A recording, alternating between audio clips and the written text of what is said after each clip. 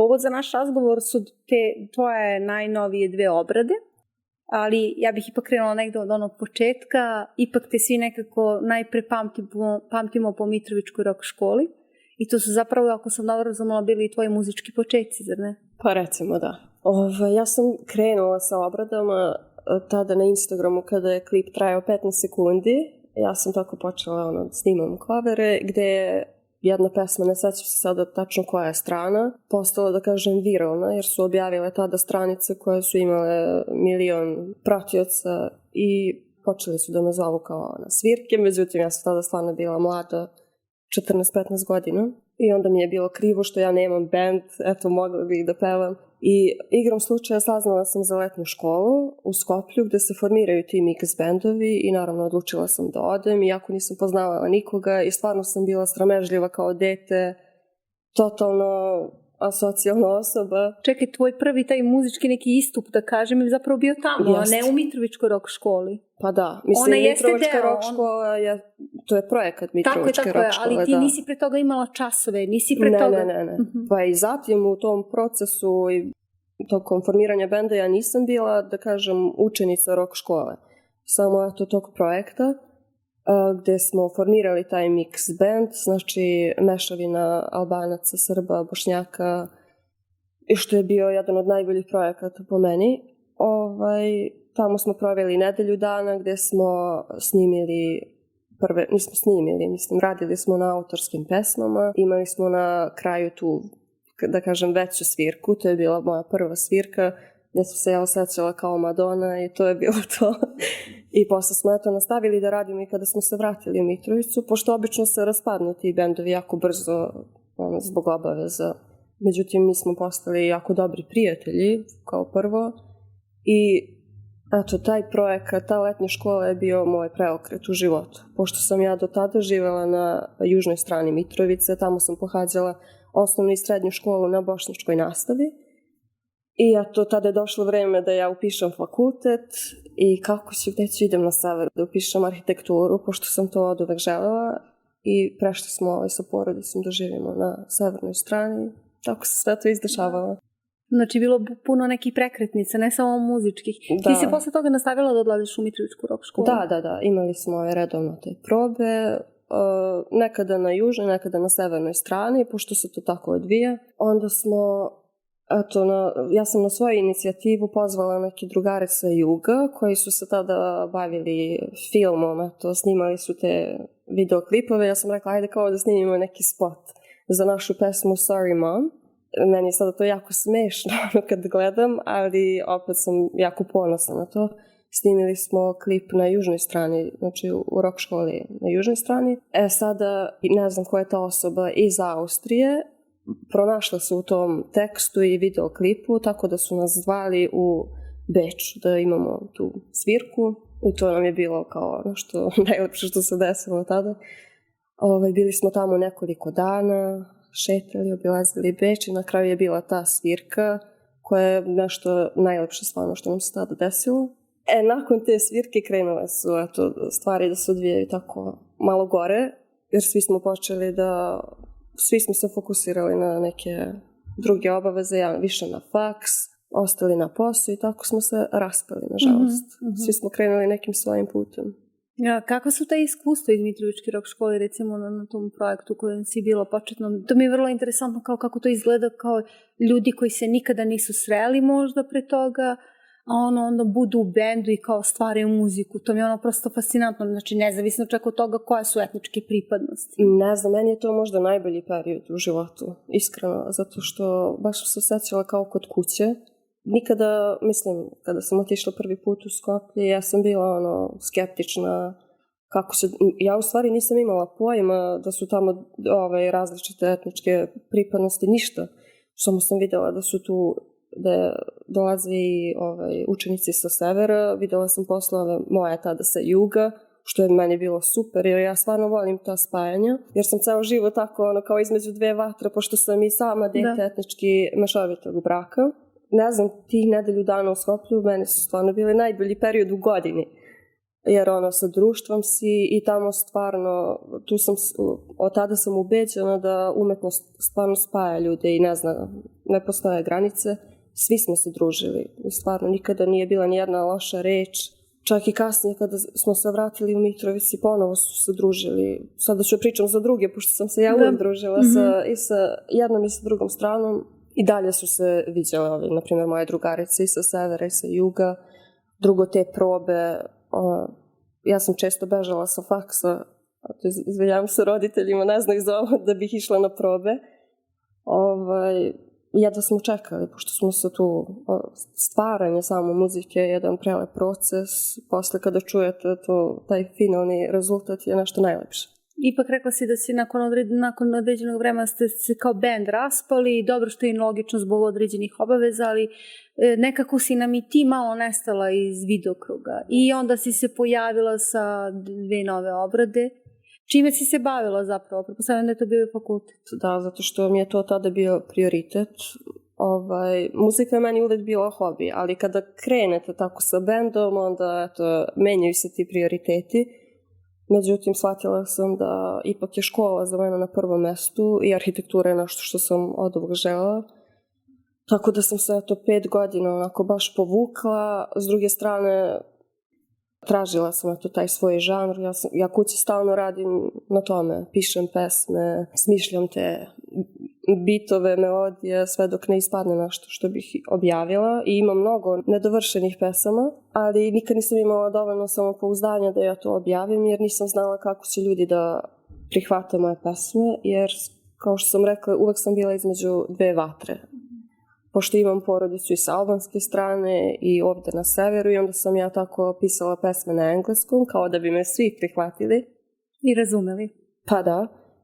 I ne znam, onda sam se demotivisala jako, samo sam crtala, radila na projektima, dok nisam odlučila da ću u stvari da radim ono što stvarno želim i volim, i odlučila sam da pišem pesme na srpskom, što mi je bilo teško, pošto sam navikla da pišem na engleskom, onda sam počela da čitam poeziju, svašta nešto da bih krenula da radim na tim rimama i slično. Dobro, i sad imamo 2 tvoje nove obrade i u Synthwave su nekom vibe-u, da. I sad vrlo mi je interesantno bilo da to tako nešto čujem od tebe, zato što sam te nekako uvek doživljavala kao nekog ko onako peva nešto u rock fazonu. I sad ove 2 obrade su mi onako odlične, jer kao možda se džuska uz njih. I dopadljive su i totalno su nekako drugačije u odnosu na originale i vrlo interesantne, ali odakle Synthwave? Pa ovako, ja volim rock, ali na primjer privatno ja ne slušam rock. Stvarno? Ne. Zašto? To se sve desilo zbog rock škole. Mislim, ja volim ove stari rock, taj heavy metal, i to ne mogu, jednostavno mi ne prija. I onda su ljudi mene povezali sa rock muzikom upravo zbog rock škole.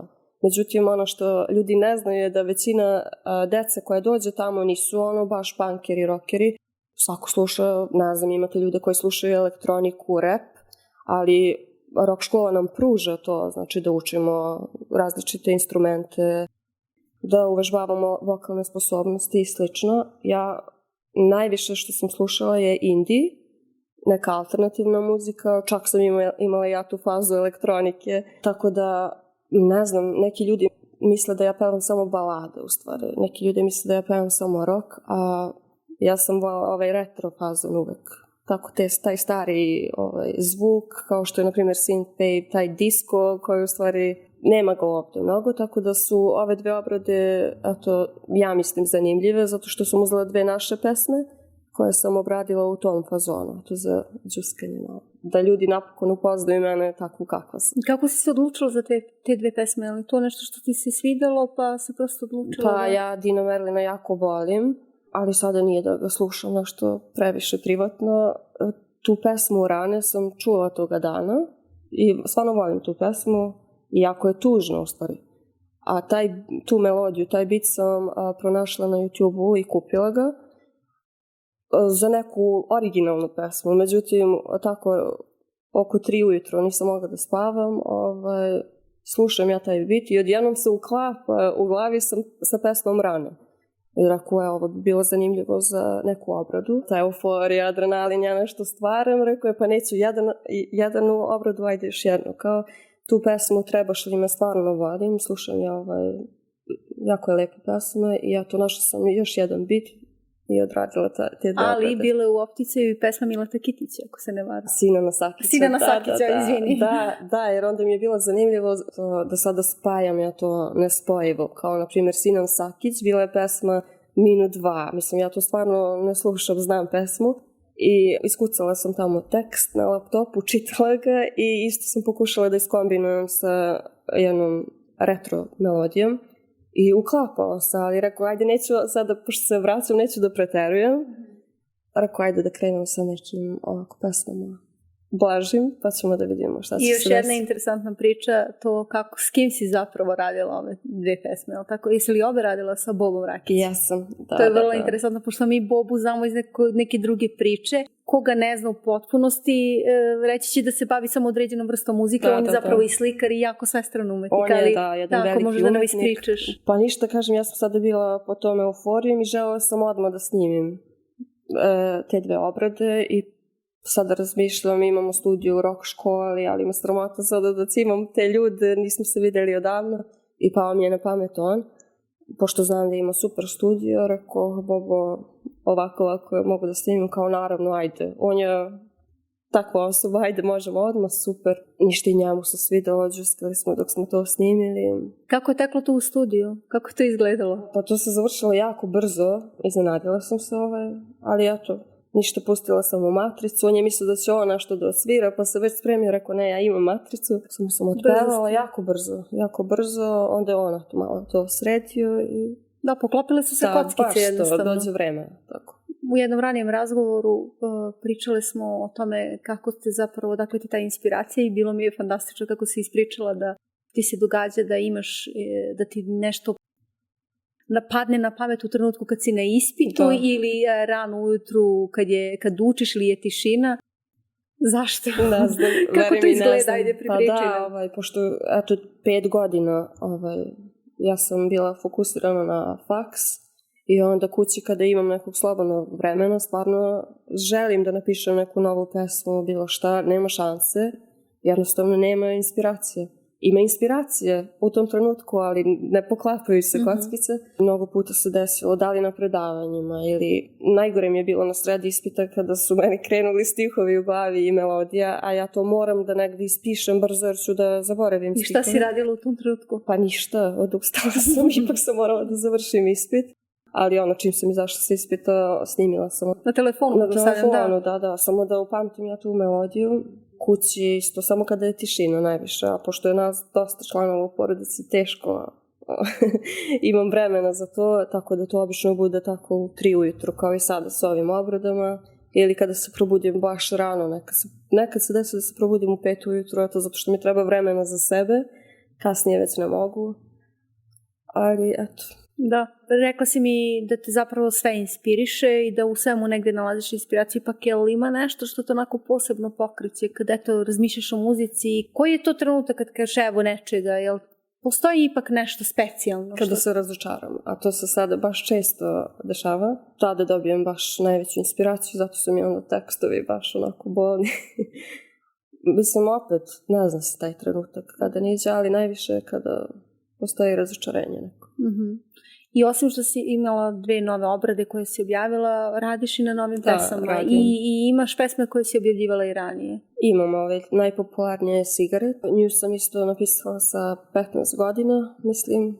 Tada sam imala jednu drugaricu koja je svirala gitaru, zvala sam je, izmislili smo tako tu melodiju, snimile pesmu bukvalno za 10 minuta, to je, mislim, čuje se ovaj kvalitet, ali baš mnogo ljudi zna tu pesmu, ima dosta pregleda na YouTube-u i desilo mi se, pričale smo ranije kada je bio jedan festival u Prištini, pošto je tada pesma bila jako poznata na Instagramu, ja sam krenula da je pevam i bilo je sigurno 1000 ljudi koji su stvarno znali tekst. I taj moment ću da pamtim do kraja života, definitivno. Jako lep osjećaj kada neko zna ono što si ti napravio. I šta je ono na čemu sada radiš? Kako se dobro sećam, rekla si mi da pripremaš zapravo novu pesmu. Da, nije jedno u pitanju, je više, ali možda za mjesec, dva ću da objavim svoju prvu, koja je tako u tom nekom retro vibe-u. Mislim, ono što se nije očekivalo nikad od mene, tako da samo ću to da kažem. Da. Sad se vraćaš polako u muziku i nekako interesuje kako si zapravo uspela da zadržiš taj fokus na muzici. Jer znam kako je kad čovjek krene nešto da radi iz ljubavi, obično, a ne zarađuje od toga, ne u onoj meri da ga održava, da samo to može da radi, vrlo često zaboravimo na to i nekako to nam posle spadne negdje na listi posljednje da bude, a bavimo se svim drugim stvarima.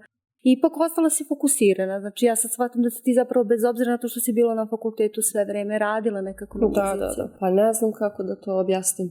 Meni je to kao disanje, kao obrok. Ne zarađujem ja od jela i od disanja, ali to je nešto što moram jednostavno zbog svoje duše da radim. I to pisanje tekstova. Ja kući stalno urlam. Moji se stalno žele, ja svakodnevno pevam. Moram, jednostavno sve radim uz muziku.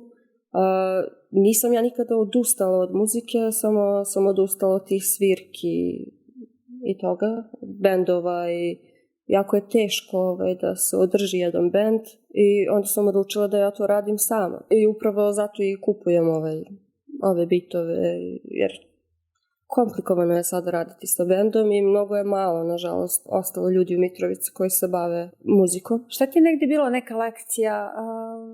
Ja bih mogla da zaključim da je to na osnovu prethodnog razgovora i ovog sada, da ti je negdje lekcija bila zapravo da ostaneš svoja. Ali, hajde, reci mi ti, to je moj zaključak. Šta je tebi bila najveća lekcija iz svega, s obzirom to da si bila u muzici, izašla nekako malo iz muzike, bila deo neke komercijale, prosto pokušavala, sada se vratila ponovo sa nečim originalnim? Shvatila sam da kakvi god da ste, nikada nećete se dopadnete svima. To je jednostavno tako i onda sam odlučila zašto onda ne bi bila ja, kada će svakako da bude uvek svakakvih kritika. Drugo, zašto bih radila nešto što me ne čini srećnom.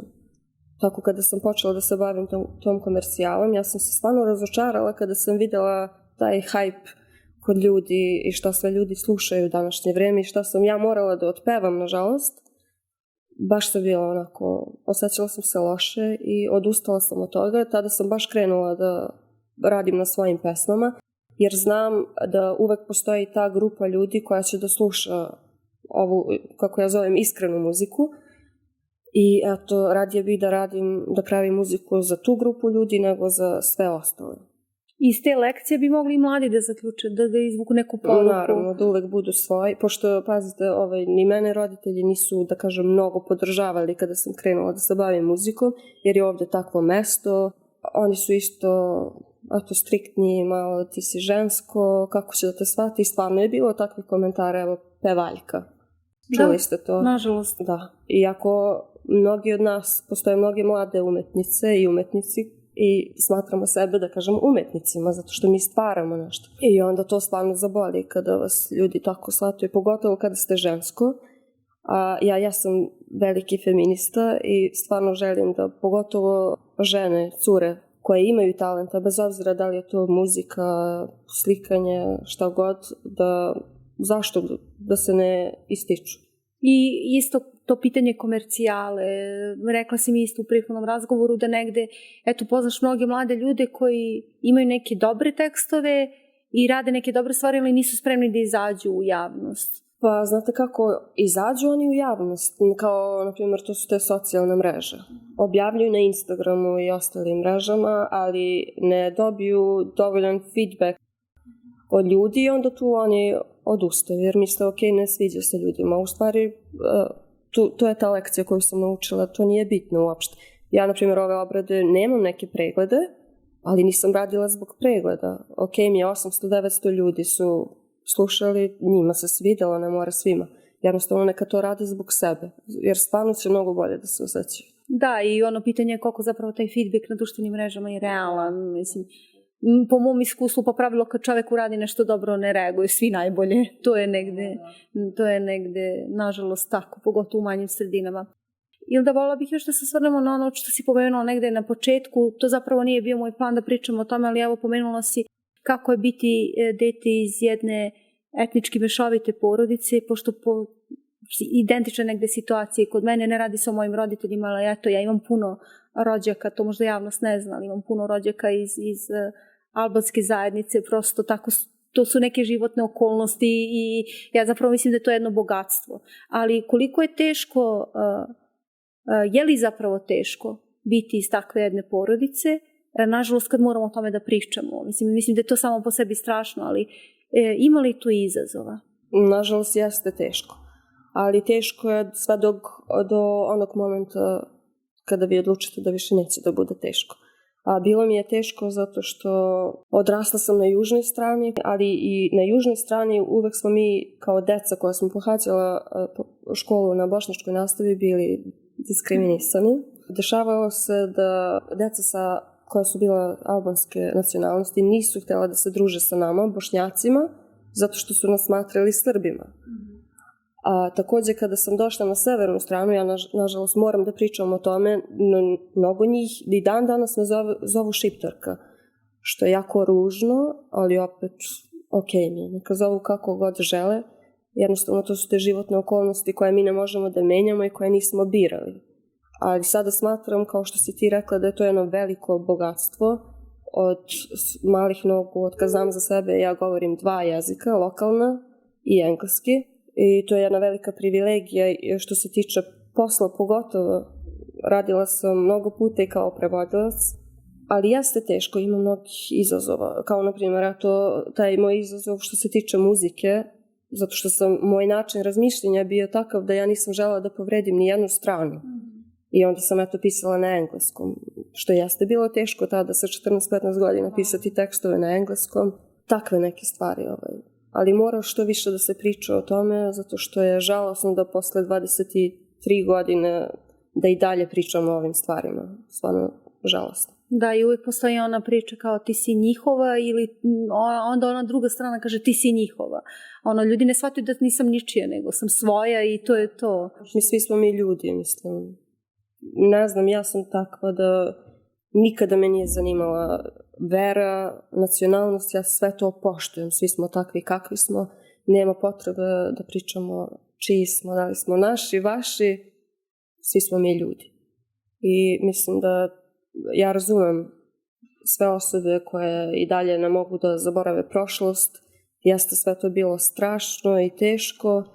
I ne kažem da treba da se zaboravi, ali može da se oprosti, jer pogotovo novije generacije, mi nemamo ipak veze sa time što se desilo. Ali shvatila sam jednu stvar, kada je pitanje biznisa, tada svi sarađuju naši, odlično. Da, svi sarađuju odlično.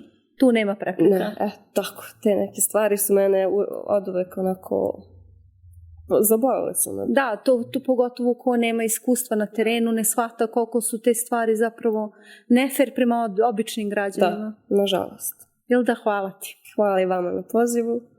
Bilo mi je divno. Čekamo novu pesmu. Uskoro.